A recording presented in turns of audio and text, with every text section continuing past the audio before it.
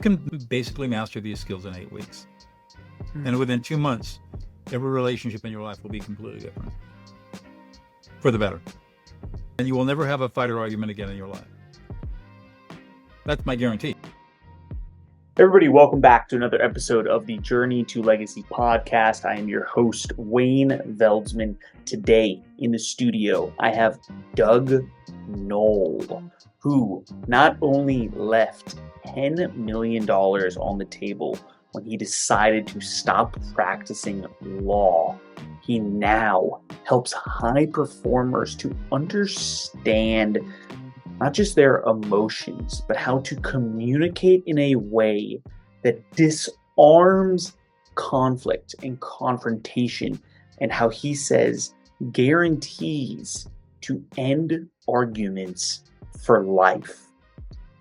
Everyone that's listened to this show before probably knows that I do a ton of research on my guests. I am an avid note taker. I prep a ton. In this interview, every question I had outlined beforehand, we didn't even get a chance to touch on, because the amount of value and knowledge that Doug provides is unlike many other that I've seen in the past. And so if you are wanting to become a better communicator, if you want to have more influence while arguing less, Doug is the one to learn from.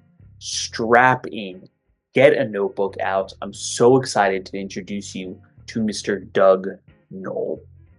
Doug, I greatly appreciate you for being here today, my friend. Thank you so much. Oh, you're welcome, Brad. It's great being here. I listen to your podcast. I just love what you're doing. And in fact, you have an amazing podcast. And for everybody who's listening, if you haven't given Wayne a 5-star review, do it right now. The only way people learn about his work and how wonderful he is and how powerful his insights are is if people like us who listen to him boost him. So do it. Don't screw around. Right now. Thank you so much, Doug. I greatly appreciate that, my friend. I'm so excited to dive in, right? You're a very unique individual. You're a former civil trial lawyer turned peacemaker. And this is sort of the definition that you give yourself also. Tell everybody just a little bit more what you're working on, how you sort of got that title. Well, the story, of course, goes back many, many years. Just to the Reader's Digest version. I was born in affluence in Southern California. I was born in 1950. I'm 74 today. But I was born with many disabilities. I was born almost blind, 2 club feet, left-handed, bad teeth, a little bit of hearing loss. I was a mess. And I had a really rough, although I grew up in affluence, a loving family, but they didn't know what to do with a kid like me, and coaches wouldn't know what to do with me. I couldn't walk until I was 3.5 years old, so I was way behind developmentally with everybody else. So I had a really rough childhood from an emotional perspective, and physical too, because I was in a lot of pain for a long time. In the 4th grade, I was not doing well in school, and in the 4th grade, finally a school nurse decided to test my vision. They found that my vision was 2400, so I'm almost blind, which is why I wasn't doing well in school. They got me glasses, and I advanced 3 grade levels in 1 summer. But the problem was I had big Coke lens glasses and black frames back before nerdiness was cool, and it was a real turnoff for all the cool kids. So it was rough. Anyways, but I was blessed with a good intelligence, and so I was admitted to Dartmouth College, Ivy League, and went to Dartmouth, went all the way across the country from Southern California. And after college, came back to California, decided I wanted to live in Central California. So I went to law school in Sacramento and passed the bar, and then clerked for an appellate judge for a year, and then went to work for a mid-sized business litigation firm in Fresno, California. And I started with a firm in September of 1978, tried my first jury trial at the end of October of 1978. And for the next 22 years, that's what I did. I tried cases. I tried over 200 cases to verdict or judgment or arbitration or whatever. Along the way, I picked up the martial arts. By the time I was 40, I earned my 2nd degree black belt, and I started studying Tai Chi as a martial art. And Tai Chi has 2 really interesting paradoxes. The first is the softer you are, the stronger you are. And the second is the more vulnerable you are, the more powerful you are. Soft to be strong, vulnerable to be powerful. And eventually, those paradoxes sank into my soul until one day I was in a courtroom and the thought came to me, what the heck am I doing in here? And I finished that trial and went on a whitewater river trip with a bunch of friends up in Idaho, spent 10 days on the main salmon, and thought about how many people I'd really served as a trial lawyer over what would have then been about 20 years, and concluded that I'd only served 5 people. And that's when I decided I can't do this anymore. Well, I had no idea what I was going to do. But of course, the universe provides, right? I came back to town, drove out of the mountains down to my office, listening to our local public radio station, and I hear the one and only public service announcement for a new master's degree in peacemaking and conflict studies being offered at one of our local universities. So I enrolled. And so for 3 years, I was in my late 40s, I was a full-time master's degree student, a three-quarters time law professor, and a full-time lawyer, trial lawyer. It was a pretty crazy time.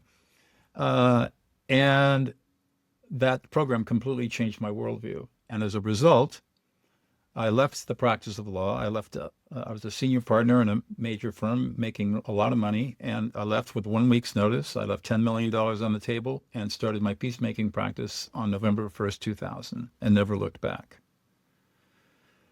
So the story continues.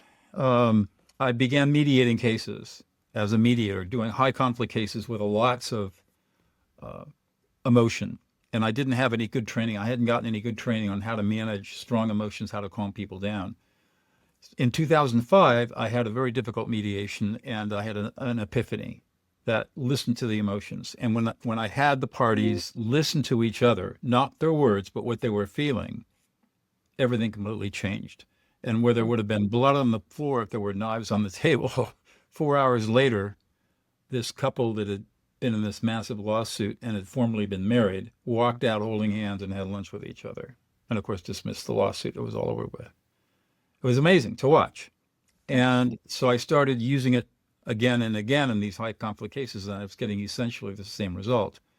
That led to the Prison of Peace Project, which started in 2010 with my colleague Laura Coffer, and talk about a legacy. For the next 10 years, I worked in maximum security prisons in California and Connecticut, training life and long-term inmates how to stop prison violence by teaching them how to become effective mediators. And one of the very first skills we taught them was how to listen to emotions. And it was transformative.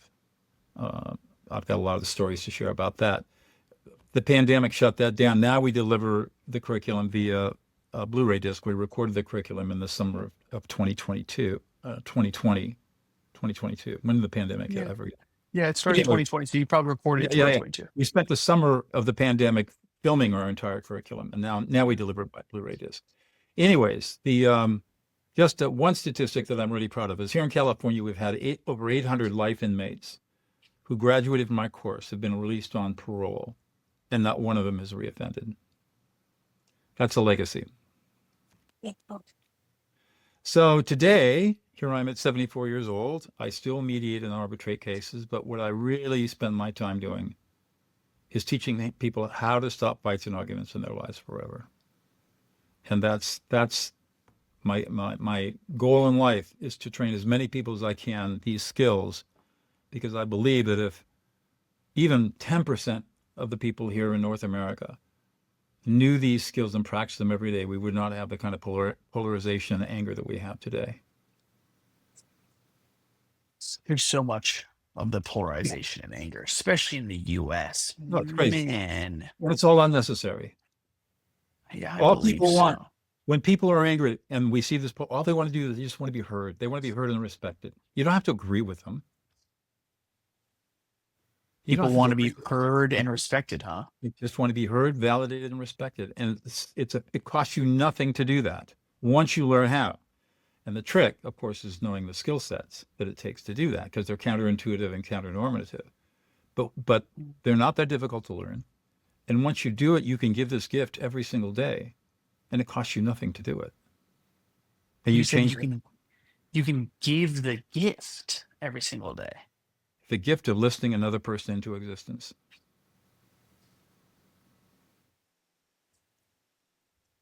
Yeah, the gift of listening another person to existence. Doug, for anybody that's not watching, I've got the biggest smile on my face. I appreciate this line of thinking so much. I can't even express it to you. This is very much the path that I'm working to walk in my life. And so it's an honor and a privilege for me to get to speak to you and to learn from you today. Just be Well, perfectly thank you. honest with you right from the beginning. You, But you know, how interesting. Go ahead. I was going to say, I listened to one of your podcasts. I think it was a month or so ago with a woman by the name of Desiree. I forget her last name. And one of the things that you guys were talking about, you were talking about the importance of listening, and I really resonated with everything that was said. But I do want to dispel a myth. Listening is not hard. It's a skill that has to be learned and mastered, just like riding a bicycle. But once you learn it, it's really easy. The problem is we are never taught how to listen. Listening is not important in our culture. Talking is, but listening is not. And Mm. and so, but it turns out that the skills are not that difficult. I can describe how to listen to emotions in, less than a minute. And all it takes is practice to figure out how to do it. And once you gain this skill, you build instant trust, loyalty, you get people to collaborate, you stop fights and arguments forever, you transform difficult conversations, and in your personal relationships, you build deep and abiding intimacy between people that you really love. All All for the by importance listening. all just because you're listening to emotions rather than to words. Listening to emotions rather than words, right? So you've said this now a few times. You mentioned you discovered this, shortly after you sort of pivoted careers, right? I guess you were still a lawyer when you actually discovered Yeah, I'm still a this, lawyer right? today. I just don't practice law. Okay, gotcha. Define this a little bit more for everybody, and then I'm going to backtrack and work all the way through your career. But when you say listening to emotions instead of words, listening to emotions, and I heard you said ignoring words Correct. sometimes. Tell us a little bit more. So the basic skill set is 3 steps.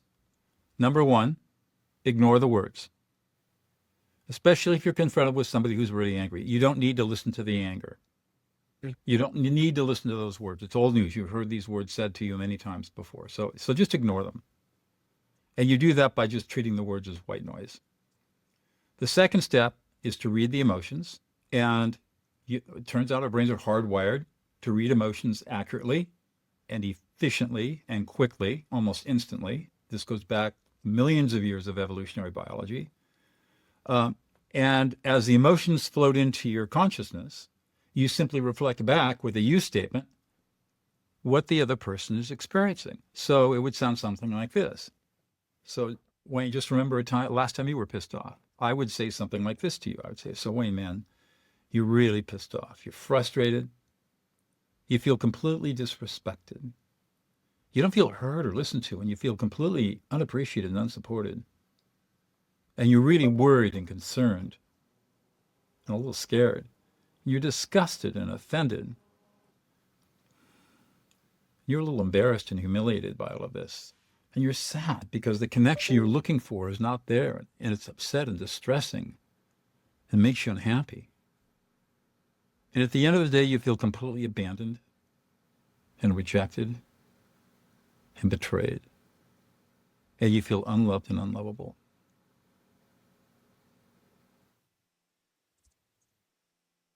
Now I feel heard, understood, and I honestly feel pretty healed. I wasn't even That's triggered right. over here, I Doug, and know, you just healed exactly. me. There's neuroscience behind this. The seminal study came out in 2007 out of Matthew Lieberman's lab at UCLA. Study. And he studied this. It's called Putting Feelings into Words. You can Google it and you can get to the study. And basically what he showed was that when you do what I just did to you, and all of you who are listening just heard me say this, it's very weird to tell somebody what they're feeling and using a you statement. But what that does is it inhibits the emotional centers of the brain associated with negative emotions, primarily the amygdala and other limbic systems associated with negative emotion. And at the same time, when you label feelings, you activate a part of the brain called the right ventrolateral prefrontal cortex. And it turns out that the right ventrolateral prefrontal cortex is where we create and store emotional memories. And so emotions are created. We're not born with emotion. We're born with affect, and then we have to learn how to create emotion. And when we build these databases, that's the part of the brain that is responsible for building and sorting and creating the database is the right ventrolateral prefrontal cortex. And so what happens is when we get upset or angry or emotional, the right ventrolateral prefrontal cortex becomes overwhelmed and it shuts down. And now we lost our ability to think. Mm. When I affect label you, I label your emotions, I'm basically lending you my prefrontal cortex for the 90 seconds it takes for you to reboot and come back online. And it works every single time. There's not a human being on the planet this will not work with, because all human beings are hardwired for this. And you can't stop it. You can't resist calming down. It's foundational, powerful, transformative. Foundational, powerful, and transformative, to say the least. And so, if I heard you correctly, you are you're labeling somebody's emotions, right? In essence, to allow them to feel the emotions, because when they're so, is it only when somebody's upset, they're actually, that piece of their brain is switching off, they're unable to actually feel those emotions? Right. Mm-hmm. What you're doing is allowing them to reconnect to their emotional database so they can process the strong emotions that they're experiencing. Mhm. And the key to recognize is emotions don't come one at a time, they come in layers. And so part of what you have to learn how to do, you treat emotions like data, like numbers on a spreadsheet, and I teach people how to structure the emotions so that when you telling people what they're feeling, you're following a script of how the Mm. brain processes information. And once you get that script down, it's a piece of cake. Interesting. Okay. So what you're saying is that emotions don't come one at a time. They're Correct. somewhat grouped together. And Correct. then through understanding the script of how they show up, you Correct. can then start to reflect them back, you said, with this you statements. Yes. You do not want to And use an that I statement. allows them to. Yeah. Yeah. Exactly. There's 7 layers of emotion, Mm. a negative emotion. So you start with fear and then disrespect, and then you start with anger and then disrespect, then fear. Then below that is typically disgust, and then shame, embarrassment, and then below that, sadness and grief, and then below that, abandonment, which is the root of all emotion. Almost always when you see somebody angry, underneath they're feeling abandoned and betrayed and unloved and Wow. unloved. Now, the part of what the training is how deep do you go? And when do you affect label, right? Because you're getting pretty intimate with people very quickly. And so you Yeah. have to learn discernment. Just because you Mm. can do it doesn't mean that you should do it. And so you've got to be careful about how and when you label emotions. But you learn Absolutely. very quickly that you learn how deep can you go? Are you in a public setting? Are you in a private setting? Are you dealing with a work colleague, a stranger, or somebody that you have a more intimate connection with? And so what are the permission levels that you're working with? And you quickly learn how to balance all that. Yeah. Yeah. Learning how to balance it based on who you are speaking to and also the environment and Correct. situation that you're in. Correct. Correct. Great. And this Because is let me ask you. oh, go ahead. I would say this is deep empathic listening. So this is real listening. And what's amazing about this is even though I say ignore the words, even though you're not listening to the words, your brain will still remember everything that is said because all memory is associated with emotion. Mm. And just by labeling the emotions, your brain is associating what the emotional experience this person is having, that goes into your memory and along with the words that are being spoken. So you can almost repeat back what people say verbatim, even though you're consciously ignoring the words. It's crazy. It's crazy how it works. That is really, really crazy. I love how this is all actually backed by neuroscience, Mm-hmm. right? Which is amazing because I think there's a lot of things in the today's day and age of the coaching realm and spectrum that seems very sort of like woo woo, right? But showing that it's actually backed by Yeah. research and studies, uh, that it's proven it works for an absolute reason. You just mentioned deep empathetic listening, right? And then this fact that when you're in that state, you're ignoring almost their words, but you're just listening to their emotions.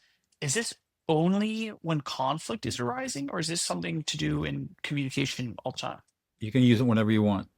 It's effective. Whenever you feel, whenever you are facing somebody who has a need to be heard or need to be validated, or you want to build intimacy and trust and loyalty, you can affect label, and that's what's going to occur. People will thank you for listening to them, because for the first time, and many times for the first time in their lives, somebody's heard them at a very deep level.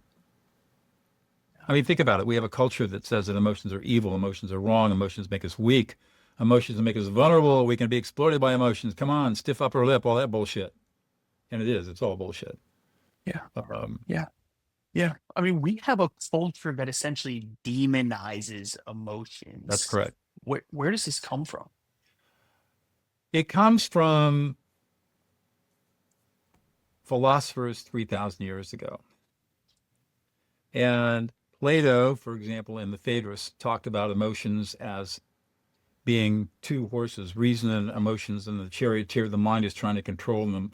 Emotions are always trying to pull the chariot over, and he talks about the struggle. The problem is that until 30 years ago, the advent of modern neuroscience, we had no way of looking at what was really going on in the brain. And so philosophers and theologians would see emotions as getting in the way of reason, and they would see nothing but bad things coming from emotions. And then because of war, when men were going into war, they were, of course, experiencing fear and anxiety, naturally, terror, and they were trained not to feel that in order to make them more effective warriors. And they would bring that mentality back out of war, and it just slowly over centuries got acculturated into our culture. And then in the 1920s, the Republican Party was re-imaging itself, so it decided to create this myth called the rugged individualist, which has never existed in our history. But they did this, and so you got this whole John Wayne rugged individualist mentality that the Republicans were trying to put up as a sort of a counter myth to the welfare state that FDR was creating and that sort of thing. And so that was a political propaganda that was created, but that just reinforced everything.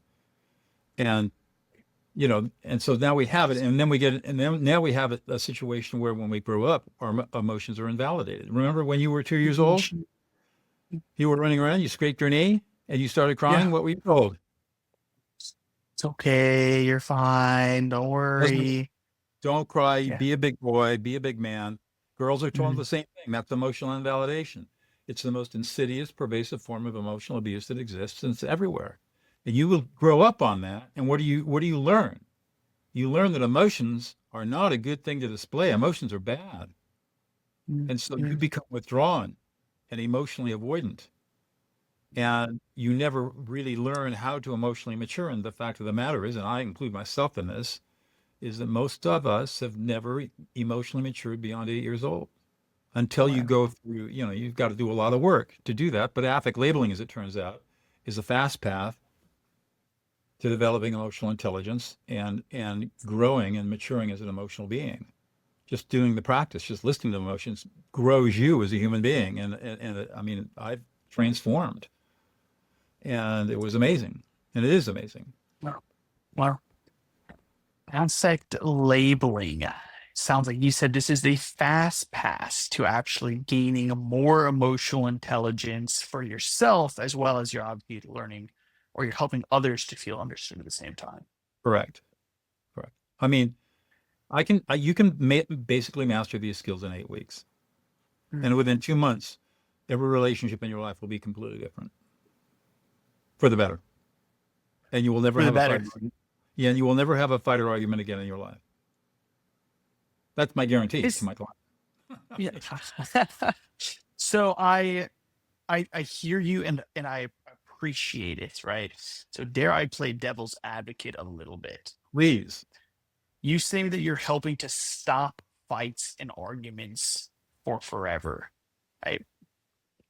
Aren't arguments sometimes healthy to actually be able to express different opinions and change people's perceptions? Absolutely. When you argue for example, in a courtroom or in a debate, there are rules and there are boundaries. And there are judges and referees. They call him a judge. It's on a bench, wears a black robe. It's basically the umpire. So as long as arguments are bounded by rules that are enforced by an outside person, then argumentation is really good. But what happens is when you take away the guardrails and people are not being heard, they start to shout, because what do you do when you aren't heard? You talk louder. And if I talk loud enough, eventually you hear me. And that becomes emotional. And once you get emotions fired up, now you're in conflict. And conflict itself is not bad. It's just when conflict becomes out of control because of emotions, it becomes destructive. Relationships are destroyed. Violence ensues. And it's all based on emotionality. And so if we can learn to regulate emotions or help other people regulate their emotions through affect labeling, that no longer becomes a problem. And we can still have discussions and we can still have arguments, but we can do it without getting upset or angry because we listen to each other. Nice. I liked how you just labeled it as discussions. And then for everybody out there that's just listening, you used air quotes when you said arguments, Right. right? Is that a way that we can start to actually look at things, right? It's like look at it as in having discussions are healthy, you know, what's the word? Yeah, I guess healthy arguments are discussions that we should look at. They are when people feel heard and understood, and then you can have We can have Yeah. as many disagreements as we want to have, as long as we listen to each other and validate each other's feelings. I teach how to have a calm conversation with the politically polarized by asking 4 questions. And the key to those questions is listening to the emotions, not judging the answers or anything else. And what people find when they engage in these 4 questions with a politically polarized person, that they have far more in common with this person than things that separate. In fact, they find they're in 98% agreement with this person. There's some things they disagree with, but it's not even a big deal. That their fundamental values are pretty much all aligned. And so you said these are the. Go ahead. I'm sorry. Continue. I was going to say, so that's why you have to that's why this listening becomes so critical. It's because you don't want people to get escalated. You want them to feel heard and validated, and then they're willing to share with you their values and the reasons for their values in a calm, deliberate way. And then you can listen and kind of compare that to what you believe in. And yeah, you have some differences, but they're not anything close to the way it looks politically, for example, because the only way politicians get elected is through fear and through divide and conquer. They don't get elected by bringing people together. I mean, Trump's whole thing is us against them. And personally, I don't care for that kind of politics. I vote for the politician. I don't know what party they're in. I vote for the politician that leads me to the light, doesn't lead me into darkness. And frankly, we don't have that politics right now. So that, to me, that means we have to do this, community based. We have to do it one person at a time, which is why my legacy, right, is to teach millions of people how to do this. Yeah. Doug, I'm going to join you in this fight, my friend. Absolutely. Absolutely. So you mentioned that there's 4 keys or 4 questions that you teach to calm conversations. Is this something that you can share with us right now? Well, okay. If 4 questions if you're going to have a conversation with politically polarized, here are the 4 questions that you ask. Question number 1. So Wayne, tell me about all the life experiences that bring you to the beliefs that you have today. How did those beliefs get formed? What happened in your life that caused them? Question number 2. Wait, let me pause. Number 1, you're Doug, this is my form of listening, is paraphrasing back for understanding. Oh, great. Okay, good. So number 1 is asking about life experiences that shaped your beliefs. Exactly correct. Question Wonderful. number 2, and that now they answer, and you affect label. You listen to their emotions and label their emotions, and you don't argue, you don't counter argue, you don't do anything else. Then question number 2. So how do those beliefs serve you today in your everyday life? How do those beliefs serve you today in your everyday life? And then you affect label that. Right? You reflect back their emotional experience. Question number 3, how do you deal with people who have different beliefs than you do? How do you deal with people that have different beliefs than you do? And then you affect label that. And then when they're done, the last question is, how do you think, considering that every person has their own set of beliefs, and so we got all these different beliefs all over the place, and many of them are diametrically opposed, how should our society be organized to manage and account for all of these belief structures that oftentimes contradict each other? Interesting. Tell me that one again, right? It's everybody How has different beliefs. we all have So, different beliefs. How should our society be organized to account for all of these different beliefs that we all have, many of which are diametrically opposed to each other? How should our society be organized to account for all of this?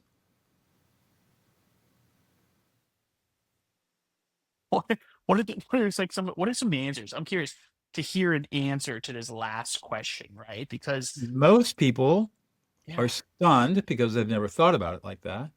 And they come around to the idea, well, I think we should have a society where people should be free to have their own beliefs, but not impose them on other people.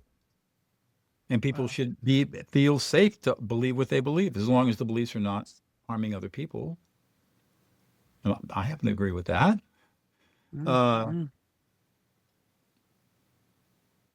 and people should feel respected and they should feel safe.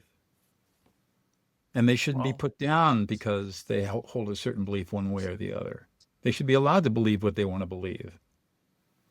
mm, And they shouldn't be judged or criticized because of that, unless their beliefs are destructive in some way.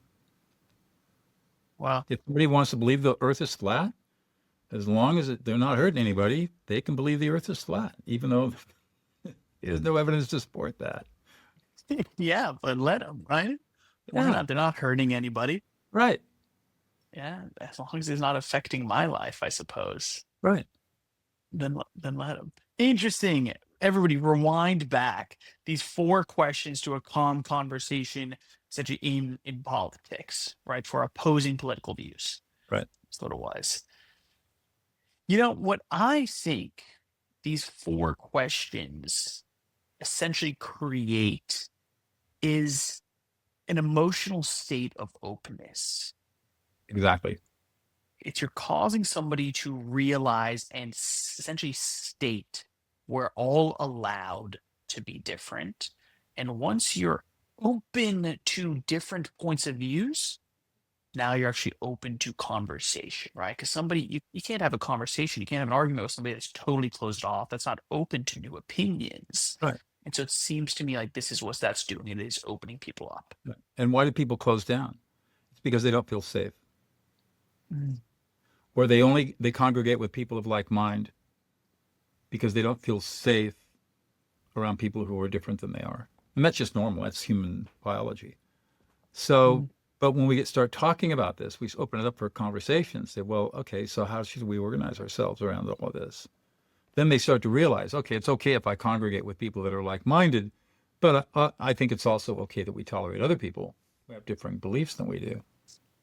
Mm. Mm. I mean, it's super important that we must, right? Right.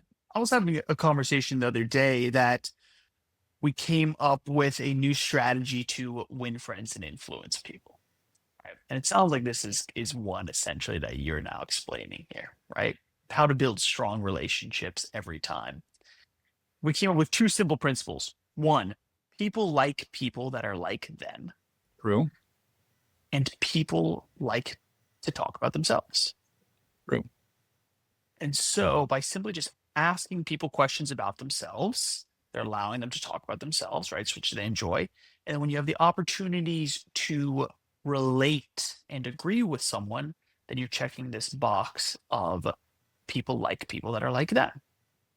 Or instead of feeling like you have to agree with someone, simply validate how they feel. I can always validate how you feel without agreeing with what you're saying, because your feelings are always your feelings, and no one can disagree with that. So if I tell you, you're really upset, you're angry, you're frustrated, you don't feel heard, and you feel disrespected, that's an honest validation. And you may have some belief structure that's radically different than mine that I don't agree with. Yeah. But I can certainly validate why you feel the way you feel. and how you feel.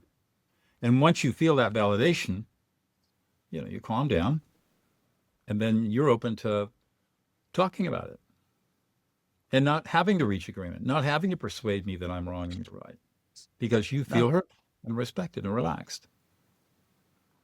Validating somebody. That's right. Making sure that I actually feel heard, validated, and then respected. That's exactly correct. That's the secret to all of this.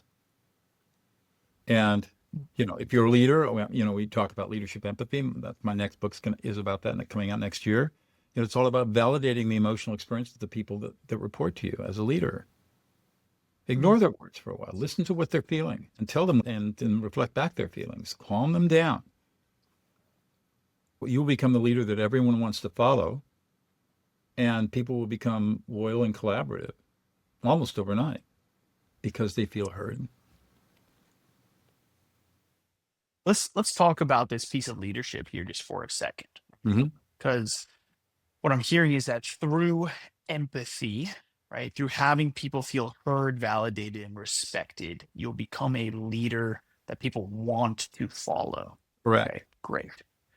Where does the pivot happen from where you're being empathetic and you're validating people to where, as a leader, you actually need to give instructions and orders? Okay. Yeah, that's a really good call. So first of all, let's define what empathy is. This is a term that is tossed around to like social justice. It's a term that's thrown around and everybody uses it now, restorative justice. It sounds really cool, right? But nobody knows what it is. So empathy is defined as the learned ability to assimilate, interpret, and accurately reflect back the emotional experience of another person. Empathy is the learned ability to assimilate, interpret, and reflect back the emotional experience of another person. There are two kinds of empathy: cognitive empathy and affective empathy. Cognitive empathy is affect labeling, where you're processing cognitively what another person is feeling, and then you're reflecting it back. After you've practiced cognitive empathy for a while, you tend to develop affective empathy. And in affective empathy, I literally feel what you're feeling. And all I have to do is assess, what am I feeling right now? And then I reflect that back to you, because that's what you're feeling. I'm simply being the sponge picking it up. So that's what empathy is. When we talk about leadership empathy, we're talking about a learned skill that allows a leader to listen to the emotional experiences of a team as a group and as team members individually. And to the degree that people need to be validated and heard at an emotional level, the leader provides that. And when the leader provides that, the leader is providing one of the three fundamental psychological services that leaders provide, which is to provide safety. Leaders psychologically provide focus, direction, and safety. That's the three fundamental services that a leader provides a group. So you provide psychological safety or emotional safety through leadership empathy, through affect labeling. You provide focus by setting goals, and you provide direction by telling people what to do. And so you can see that empathy is part of a three-legged stool of the three psychological services that a leader provides. And they're not mutually exclusive. They actually support each other. A person that feels heard and respected is much more likely to do what you tell them to do than a person who is in a command and control environment and feels unheard, unappreciated, and unsupported, and unlistened to, and just a cog in a machine. And it's just there for the patient. Absolutely. Yeah. If they don't feel heard and understood, they're not going to listen to the orders or that's right. Or and follow the focus and the goals. Here's the other thing that's really interesting. It takes far less time to engage in empathy than it does to argue with somebody and tell them what to do. Takes half as long. If you simply listen to somebody, validate their feelings, get them calmed down, and then give them directions, that takes about 50% less time of your time than it would otherwise take. Because you have to half as much time. Yeah, because when you're giving people direction, you have to explain why you're doing it, Or if you don't give explanations, then you got to have an overpowering command authority, where punishment, threats of power by punishment Mm. becomes inferred, and people get resistant to that. Nobody likes their autonomy threatened, and you waste enormous amounts of effort and time. But when you use empathy, you cut all that time in half, at least in half, because people want to do what you tell them to do. People will then want to do what you tell them to do. Sure. Doug, I've never heard this, dare I say, formula for leadership before. Right? You said focus plus direction plus safety. Oh, okay. I did not invent that. I just wrote it down as a Okay. formula. Mhm. Is what I Right. heard from you. That's correct. Does that sound correct? That's right. Focus plus The- direction plus safety Those equals are the leadership. psychological services, the primary psychological services a leader provides a group. This comes from Leadership Without Easy Answers, which is a book published in 1996 by I'm going to draw a Harvard psychiatrist working in the business school, obviously now retired, but I can't, or possibly did. I can't remember. It'll name Leadership without Without easy Easy- answers. Yeah, exactly. Nice. It's cool. It's He talks about in the book. He talks about adaptive versus technical leadership, and he talks about these three.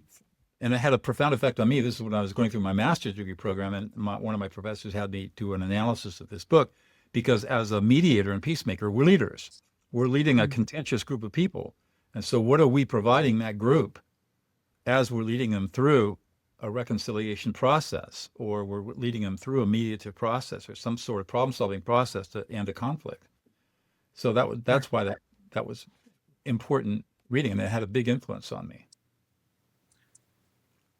I'm going to pick up this book. I think everybody that's listening should. Again, it's called Leadership Without Easy Answers. Beautiful. Doug, I'm curious, who are your ideal clients or customers? Who do you work with most? I work with high-performing individuals, couples, and teams that are either they're dealing with conflict, of fights and arguments, conflicts, difficult situations, either internally or externally, and they're tired of it, and they want to learn how to upskill themselves to be able to deal with all that stuff with calm, confident compassion, and never get upset or triggered again by anybody. Are you finding that you're mostly working with teams and businesses, or is it more B2C? All over the board. Is it? I wish, everybody says the riches are in the dishes. I wish that were, it is true. But for me, I mean, for example, right now I'm doing outreach to youth sports leagues.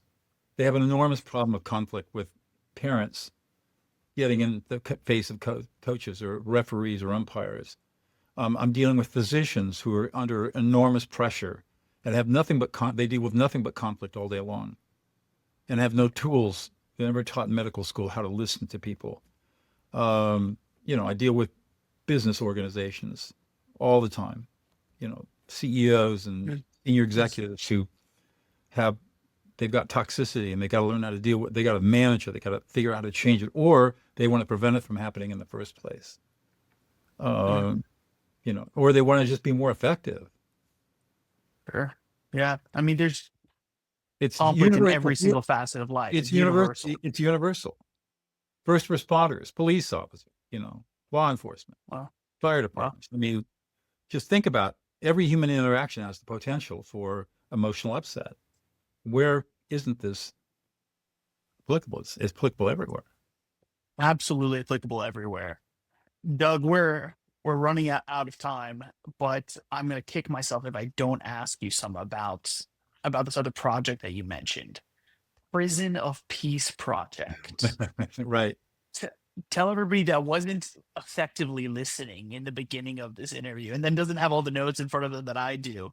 Okay. Tell us again about what was the Prison of Peace Project. So Prison of Peace started it really began in the August of 2009, and I received a phone call from my dear friend and colleague Laurel Coffer, who was a lawyer and mediator in Los Angeles, and she read me a handwritten note from a woman who was serving a life sentence without possibility of parole in the largest, most violent women's prison in the world, which happens to be about an hour from where I live, here in Central California. but that prison doesn't exist anymore. But in those days it did. And she was asking Laurel if Laurel would be willing to come in and teach a group of 100 women who are all life inmates how to stop prison violence by becoming mediators, because they were tired of the violence. And Laurel read the letter to me because she knew I lived nearby and also knew I was a great, accomplished trainer and mediator and professor and author. And we'd known each other for a long time, and read the letter to me and said, "What do you think?" And I said, I thought about it for a second. I said, "I think we should do this." So we didn't know whether it was a real deal or not. So we did it, we did our due diligence. But long story short, we started with our first group of women, 15 women, in April of 2010, training them how to be peacemakers and mediators. And it was, I'll share the first story, which is one of the most powerful stories. This fifth week of training, we went in one day a week for 8 hours and to train these 15, and we did it over a 16-week period. It was exhausting. We walk in to this dingy conference room. I mean, this is, when you teach in prison, you're not training in corporate America. It's pretty grim. You're not allowed any electronics. So everything's flip charts. It's all old school. So we walked in and we see this woman, one of our students, Sarah, sitting in a chair in the corner, and she's quietly sobbing. But this is unusual. So we walk over and Laurel kneels next to her and asks her what's going on. And Sarah tells us her story. She says, "I've been in prison for 18 years. I'm serving a 25-year life sentence because as a drunk driver, I killed a family of 4. And I came out of this accident completely unscathed. When I came to prison, I had to turn my 3-year-old boy over to my sister to raise. And I've written him a letter for every week for 18 years. I've never heard from him. The only way I know how he's doing is through my 15-minute phone calls I get once a week with my sister. Last week, after our class, I decided to write a letter using the skills you've been teaching us about how to listen to emotions.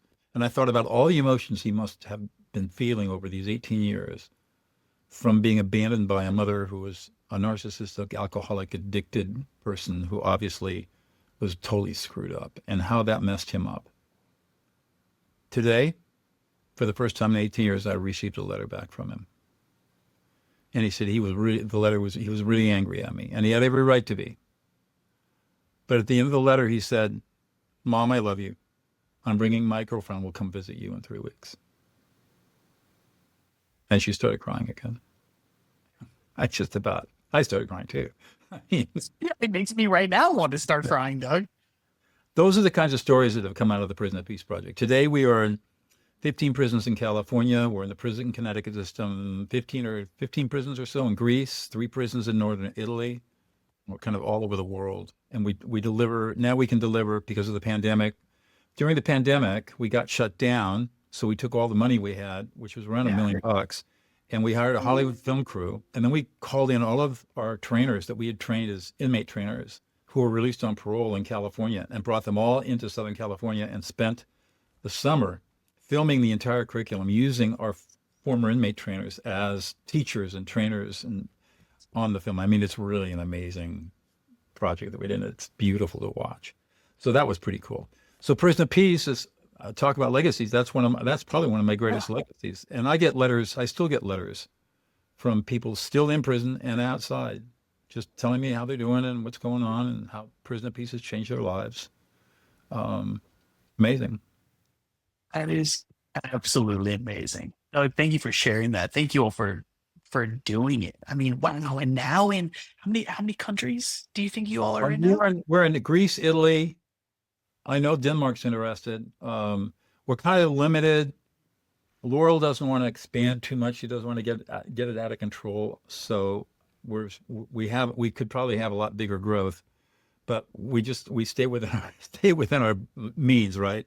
And so we got Europe. We've got Europe, Greece and Italy, and the Connecticut prison system. We worked in Connecticut for 2 years before the pandemic, and now, with the way we can deploy it, they want to deploy in all their prisons. But the prison Connecticut system is so small compared to California, and we're active now in 15 California. Wow, amazing, Doug. What a powerful story, also, huh? Woman was in prison for what, 15 years or something, and all these years never got a letter back. until she learned the skills and Right. finally gets a letter back from her Right. son. Wow. I've It got shows so the many, power. that's a powerful one, but I got a lot of others too. I mean, just stories that these people would tell me, my students, my inmate Yeah. students, graduated students Yeah. would tell me, and how that it was changing their lives. That's what led to my fourth book, De-escalate, How to Calm an Angry Person in 90 Seconds or Less. They knew I was an author.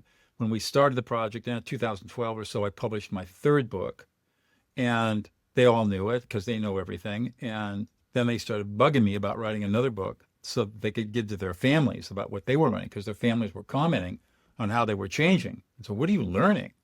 You're changing. What's going on with you? And so, oh, we're just prison of peace. And so I ended up writing De-escalate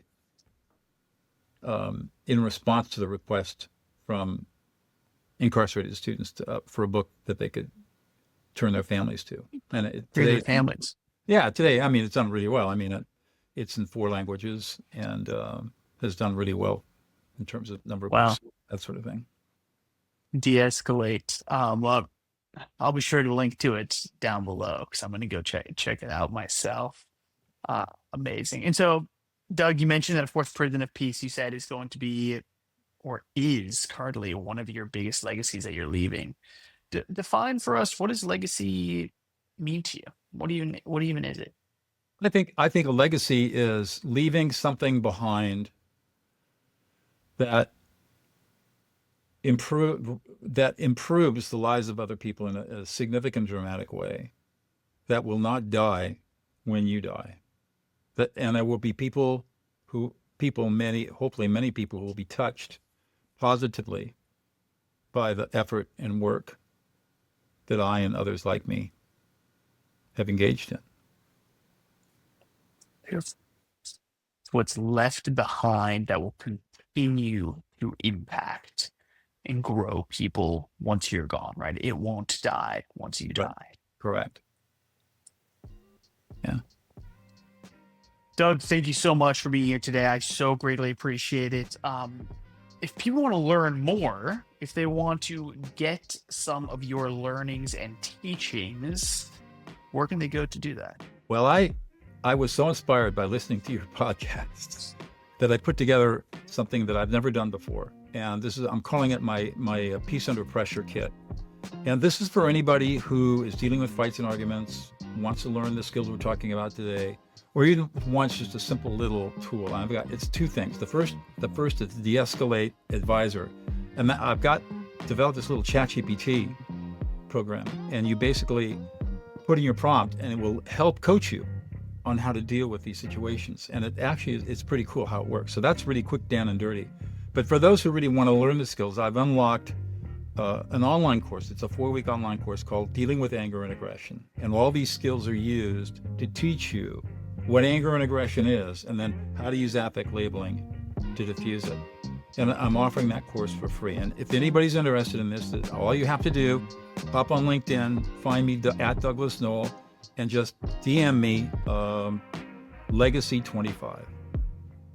And what I'll do is I'll reach out to you, and we'll correspond on LinkedIn, and I'll get your email address, and I'll send you all the links so you can get immediate access to this. Costs you nothing, and it's a way to get started.